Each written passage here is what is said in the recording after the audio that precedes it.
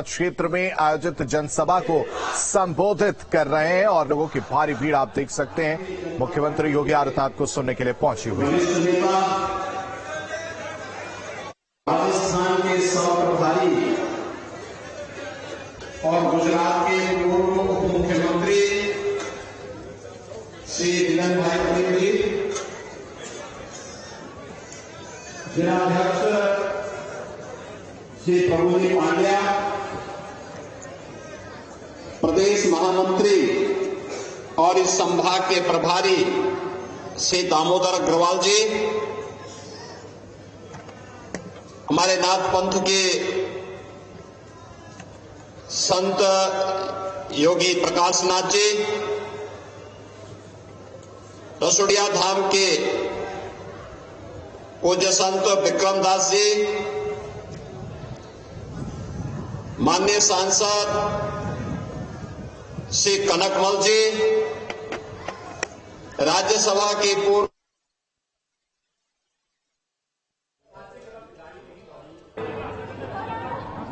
श्री कृष्ण बेदी जी,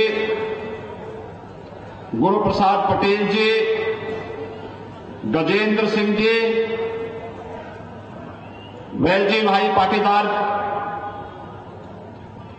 मंच पर उपस्थित भारतीय जनता पार्टी के सभी पदाधिकारीगण, डोगरपुर विधानसभा क्षेत्र से भारतीय जनता पार्टी के लोकप्रिय प्रत्याशी श्री बंसीलाल कटारा जी और भारी संख्या में उपस्थित भारतीय जनता पार्टी के सभी पदाधिकारी और उपस्थित कार्यकर्ता भाइयों और बहनों, आज मुझे ऋषि मुनियों की इस पावन धरा पर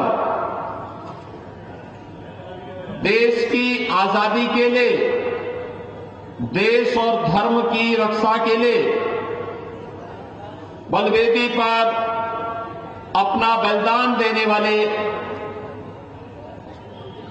उन भारत माता के महान सपूतों की इस पावन धरा पर आकर के और आप सबसे संवाद बनाने का अवसर प्राप्त हुआ है। इस धरा को नमन करते हुए मैं आप सबका हृदय से अभिनंदन करता हूं। भाइयों बहनों, जब हम राजस्थान की बात करते हैं तो देश और के शौर्य और पराक्रम की बात सामने आने लगती है। देश का शौर्य, देश की भुजाएं, युवाओं की भुजाएं फड़कने लगती हैं, क्योंकि राजस्थान भारत का शौर्य का प्रतीक है।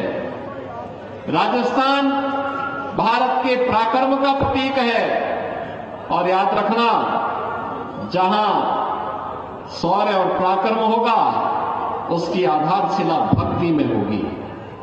ये भक्ति और शक्ति का अद्भुत संगम है। धर्म है तो कर्म है और कर्म है तो धर्म है।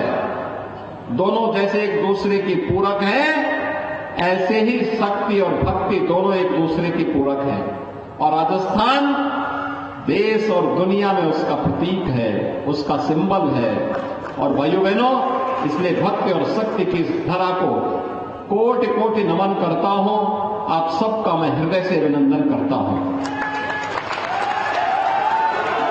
भाइयों बहनों, राजस्थान पिछले 5 वर्ष से करा रहा है। 5 वर्ष पहले राजस्थान डबल इंजन की सरकार के नेतृत्व में विकास की एक नई राह पर आगे बढ़ा था। विकास की बुलंदियों को छूता हुआ दिखाई दे रहा था। विकसित राज्यों की श्रेणी में आता हुआ दिखाई दे रहा था। राजस्थान, जिस राजस्थान का अपना गौरवशाली इतिहास है, जिस राजस्थान ने देश की आजादी के बाद देश की लोकतंत्र को जब कभी कुचलने का प्रयास हुआ तो उस दौरान श्री भैरव सिंह शेखावत जी के नेतृत्व में बनी गैर कांग्रेसी सरकार के नेतृत्व में एक नई राह पकड़ी थी कि हम विकास भी करेंगे, पर्यटन की सुविधाओं का विकास भी करेंगे और रोजगार का सृजन भी करेंगे, अन्नदाता किसानों के चेहरे पर खुशहाली भी लाएंगे। इस दिशा में जो एक प्रयास प्रारंभ किया था, तेजी के साथ आगे बढ़ते हुए श्रीमती वसुंधरा राजे जी के नेतृत्व में, इससे पहले विकास की जिन नई ऊंचाइयों की ओर, बुनियादी सुविधाओं को आगे बढ़ाने की ओर जिस राजस्थान ने तेजी के साथ कदम बढ़ाए थे, पिछले 5 वर्ष में वह तो अवरुद्ध हुआ ही। इन 5 वर्षों में राजस्थान भ्रष्टाचार में नंबर 1 आ गया,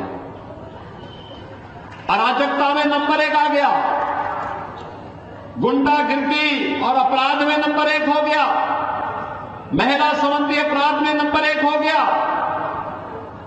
भाइयों बहनों, सबसे महंगी बिजली, सबसे महंगा डीजल और पेट्रोल और हर प्रकार की व्यवस्था का कारक राजस्थान हो गया। महंगाई के साथ साथ हमारा युवा नौकरी और रोजगार के लिए भटकता है और यहां पर सबसे ज्यादा पेपर लीक की घटनाएं राजस्थान के अंदर होती हैं।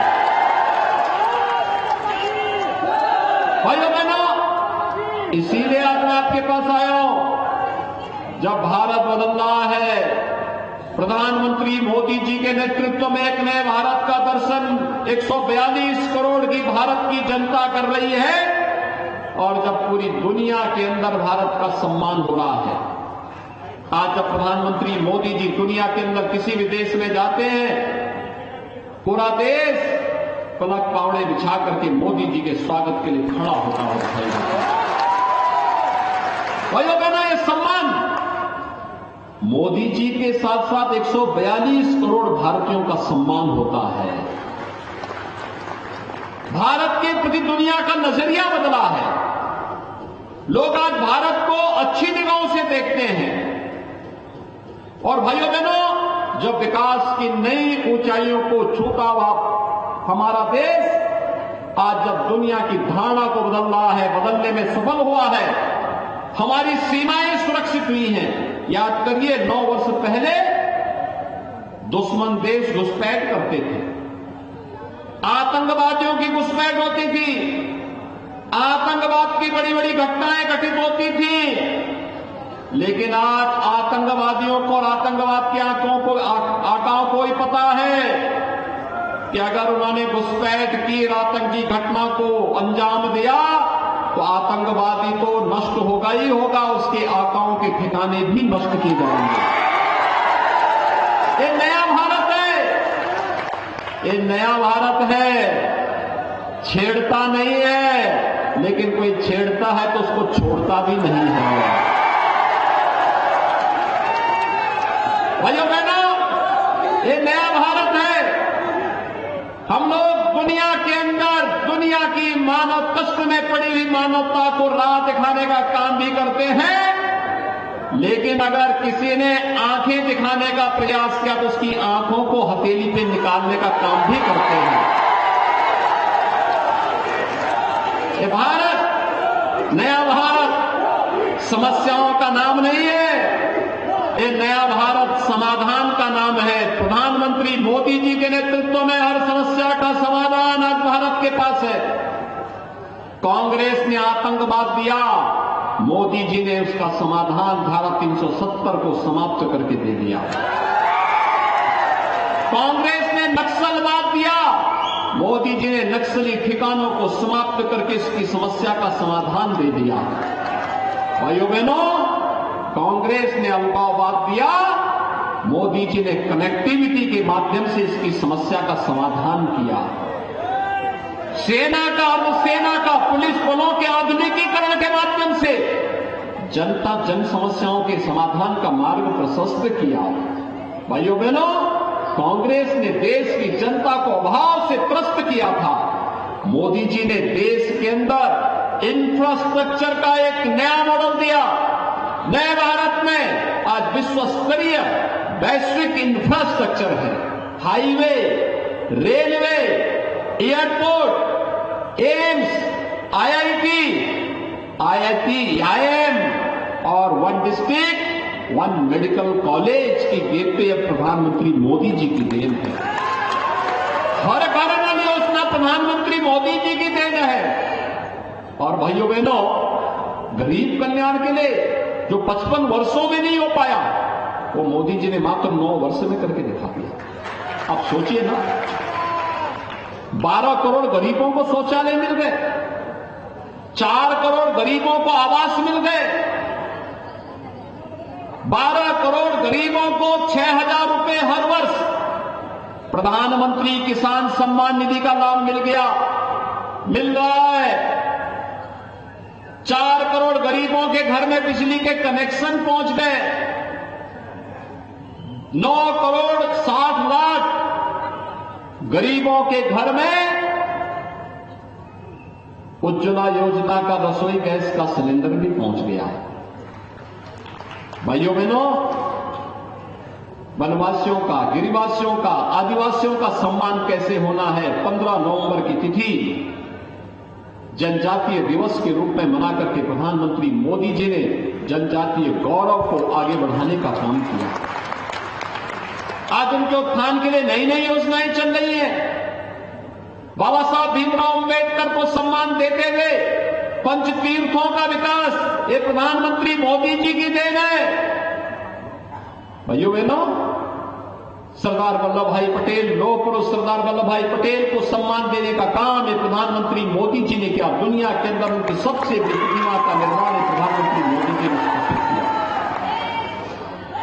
एक तरफ नया भारत देश की सीमाओं को सुरक्षित करता है, विकास की बड़ी बड़ी परियोजनाओं को लेकर के आता है, गरीब कल्याणकारी योजनाओं को प्रभावी ढंग से आगे करता है, और दूसरी ओर सुरक्षा का एक बेहतर वातावरण भी देता है। संकट में अपने लोगों का कैसे संबल प्रदान किया जाता है, ये तो आपने देखा होगा। कल के भी और आज के भी समाचार पत्रों में था कि अमेरिका में, चीन में, दुनिया के तमाम देशों में कोरोना के मामले तेजी के साथ बढ़ रहे हैं। और भाइयों बहनों, भारत में हम लोग हजारों की संख्या में एकत्र हैं, कोई कोरोना का भय नहीं, क्योंकि मोदी जी ने 2 वैक्सीन जो दे दी, ये वैक्सीन फ्री में वैक्सीन, और फ्री में वैक्सीन के पहले फ्री में टेस्ट, फ्री में उपचार, और 3.5 वर्षों से फ्री में राशन की सुविधा भी तो दी है मोदी जी ने 80 करोड़ लोगों को। और याद करिए, दुनिया के अंदर कोरोना से उभर भी नहीं पा रही है, मोदी जी ने 80 करोड़ लोगों को 3.5 वर्षों से फ्री में राशन की सुविधा दी है। अगले 5 वर्ष तक फ्री में राशन मिलेगा। और इसीलिए आज मैं आपके पास आया हूं। भाइयों बहनों, कांग्रेस के समय वैक्सीन आती ही नहीं, और अगर वैज्ञानिक वैक्सीन दे ही देते तो भाइयों बहनों, ये भी कांग्रेस के नेता ब्लैक कर देते। आखिर कांग्रेस ने क्या किया?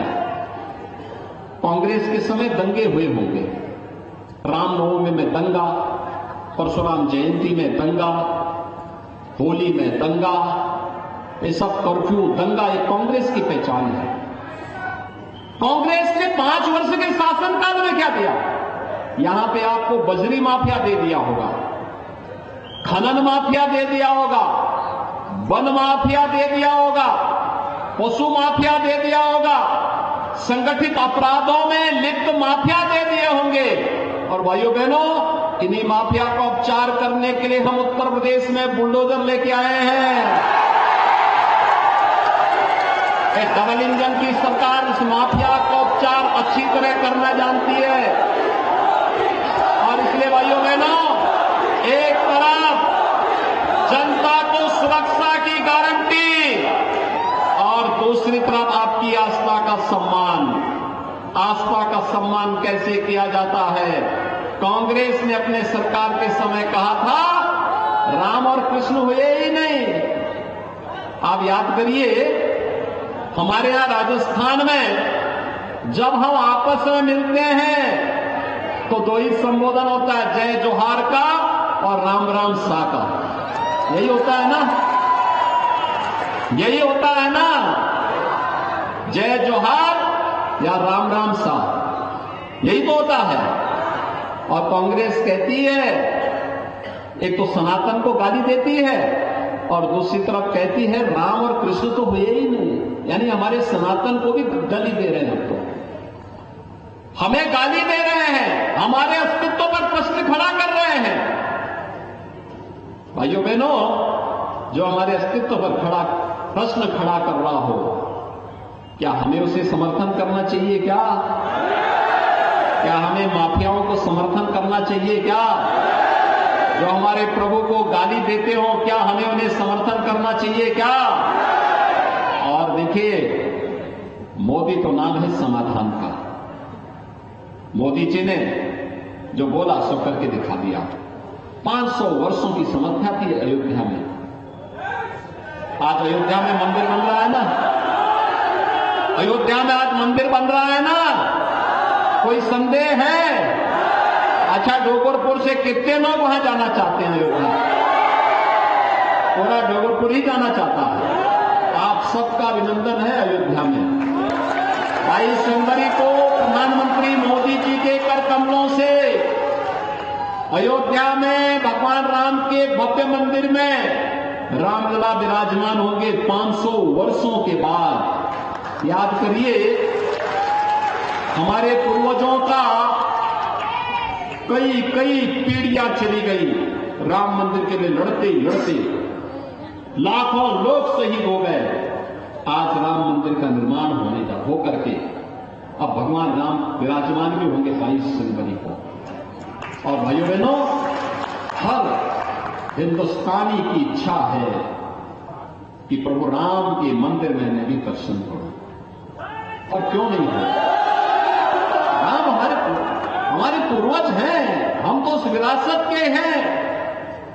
जैसे हम लोग आते हैं यहां, डोगरपुर हो, उदयपुर हो, चित्तौड़गढ़ हो, हर व्यक्ति मानता है कि हमारे तीर्थ हैं, आधुनिक तीर्थ हैं, क्योंकि देश के लिए त्याग और बलिदान के लिए एक अमिट छाप इस धरती ने छोड़ी है। और भाइयों बहनों, ऐसे ही देश के अंदर धर्म और न्याय की स्थापना के लिए, सत्य की स्थापना के लिए, राम राज्य की अवधारणा को देने के लिए प्रभु राम के प्रति हम सबका एक स्वाभाविक सम्मान और श्रद्धा का भाव है, और उसी श्रद्धा को व्यक्त करने का एक अवसर हर भारतवासी को प्राप्त होगा। और इस अवसर पर इसीलिए मैं आप सबका कहने के लिए आया हूं, भाइयों बहनों, उत्तर प्रदेश में डबल इंजन की सरकार नहीं होती तो ये काम नहीं होता। डबल इंजन की भाजपा की सरकार थी और मोदी जी का नेतृत्व है, तो अयोध्या में राम मंदिर का निर्माण हो रहा है, भव्य मंदिर का निर्माण हो रहा है। अयोध्या का दीपोत्सव भी आपने देखा होगा, लाखों दीप जल रहे थे अयोध्या में, हर वर्ष जलते हैं जब से भाजपा की सरकार उत्तर प्रदेश में आई है। सबको सुरक्षा, कोई दंगा नहीं वहां, कहीं कोई समस्या नहीं, कोई किसी प्रकार का दंगा नहीं। भाइयों बहनों, इसीलिए हम लोग आज आपके पास आए हैं कहने के लिए, राजस्थान को इस अराजकता, अव्यवस्था, भ्रष्टाचार, गुंडागिरी, माफियागिरी से मुक्त करने के लिए डबल इंजन की सरकार राजस्थान में भी चाहिए। डबल इंजन की सरकार के लिए श्री बंसीलाल कटारा को यहां से विधायक बनाना चाहिए। सहमत हैं? सभी लोग सहमत हैं? सभी लोग दोनों हाथ उठा करके एक बार अपनी सहमति का मोहर लगा करके मेरे सामने बताइए थोड़ा। दोनों हाथ उठा करके बोलेंगे भारत माता की। भाइयों बहनों, और मेरी अपील होगी आपसे, श्री बंसीलाल कटारा को कमल चुनाव चिन्ह पर आप जयपुर भेजिए।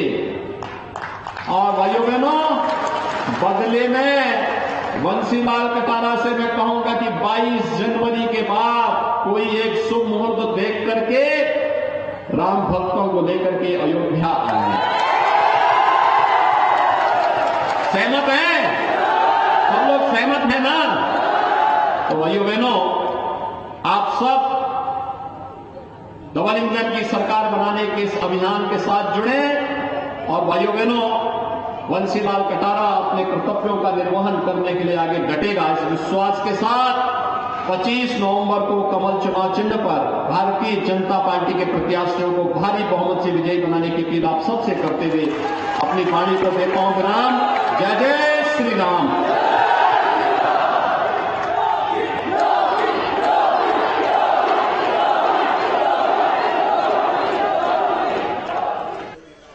तो चुनावी रण में हुंकार भरते हुए मुख्यमंत्री योगी आदित्यनाथ नजर स्टार प्रचारक के तौर पर पहुंचे हुए हैं और बीजेपी प्रत्याशी के समर्थन में रैली को संबोधित करते हुए, लोगों को संबोधित करते हुए नजर आए। इस दौरान बीजेपी की तमाम नीतियां गिनाते हुए नजर आए, साथ ही साथ विपक्ष पर भी जमकर हमलावर हुए हैं।